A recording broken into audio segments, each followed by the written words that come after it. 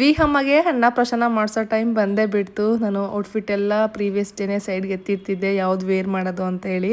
ನಾನು ವೇರ್ ಮಾಡಿದ ಸ್ಯಾರಿ ಲಿಂಕ್ಸ್ ಅಂತೂ ತುಂಬ ಜನ ಕೇಳಿದ್ದೀರಾ. ನಾನು ಇದನ್ನು ಆಫ್ಲೈನಲ್ಲಿ ಪರ್ಚೇಸ್ ಮಾಡಿದ್ದು ಕಮರ್ಷಿಯಲ್ ಸ್ಟ್ರೀಟ್ ಮೈಸೂರು ಉದ್ಯೋಗ ಇದೆಯಲ್ಲ ಅಲ್ಲಿ ತೊಗೊಂಡಿದ್ದೆ. 1 ವರ್ಷ ಮೇಲಾಯಿತು ನಾನು ಈ ಸೀರೆ ತೊಗೊಂಡು. ಮದುವೆ ಶಾಪಿಂಗ್ ಮಾಡ್ತಿದ್ವಿ ಅಲ್ವಾ ಆ ಟೈಮಲ್ಲಿ ತೊಗೊಂಡಿದ್ದು. ಆ್ಯಂಡ್ ವಿಹಾಗೆ ಅಂತ ಸ್ವಲ್ಪ ಬಟ್ಟೆಗಳನ್ನ ತರಿಸಿದ್ದೀನಿ. ಈ ಥರ ಕ್ಯೂಟ್ ಅಕ್ಸೆಸರೀಸ್ ನೋಡೋದಕ್ಕೆ ಒಂಥರ ಚಂದ. ಆ್ಯಂಡ್ ನಾನು ಅವಳಿಗೆ ಲಂಗ ಬ್ಲೌಸ್ ವೇರ್ ಮಾಡೋಣ ಅಂತ ಫಸ್ಟ್ ಅಂತ ಅನ್ಕೊಂಡೆ.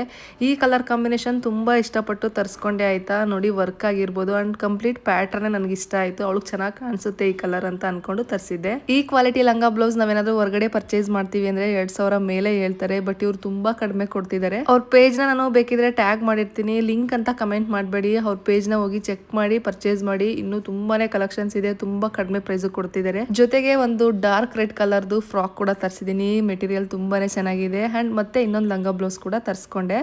ನೋಡೋಣ ಯಾವ್ದು ವೇರ್ ಮಾಡೋದು ಅಂತ ಹೇಳಿ ಥಿಂಕ್ ಮಾಡ್ತಾ ಇದೆ. ಬಟ್ ಎರಡೂ ಕೂಡ ಅವಳಿಗೆ ಸ್ವಲ್ಪ ಓವರ್ ಸೈಜ್ ಆಗುತ್ತೆ.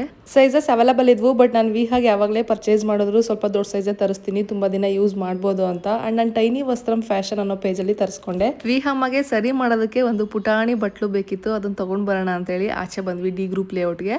ಅದನ್ನ ತಗೊಂಡು ನೆಕ್ಸ್ಟ್ ಅಲ್ಲೇ ಒಂದು ಹೋಟೆಲ್ ಇತ್ತು, ಅಲ್ಲಿಗೆ ಊಟ ಮಾಡೋಣ ಅಂತೇಳಿ ಬಂದ್ವಿ. ಫುಡ್ ತುಂಬಾನೇ ಚೆನ್ನಾಗಿತ್ತು. ಅಂಡ್ ವಿಹಮ್ಮ ಮಲಗಿದ್ಲು. ಸೊ ನಾವು ಬೇಗ ಊಟ ಮಾಡ್ಕೊಂಡು ಹಣ್ಣು ನನಗೆ ನಾನ್ ವೆಜ್ ತಿಂದಿದ್ದಾದ್ಮೇಲೆ ಡೆಸರ್ಟ್ ಬೇಕೇ ಬೇಕು. ಈ ಬಟ್ಲು ನಾನು ಪರ್ಚೇಸ್ ಮಾಡಿದೆ, ಸಾಕಾಗುತ್ತೆ ಅಂತ ಅನ್ಸುತ್ತೆ ಅವಳಿಗೆ. ಅಂಡ್ ಇವತ್ತಿನ ವ್ಲಾಗ್ ಕೂಡ ಇಷ್ಟೇ. ನಾಳೆ ವ್ಲಾಗಲ್ಲಿ ಮತ್ತೆ ಸಿಗೋಣ.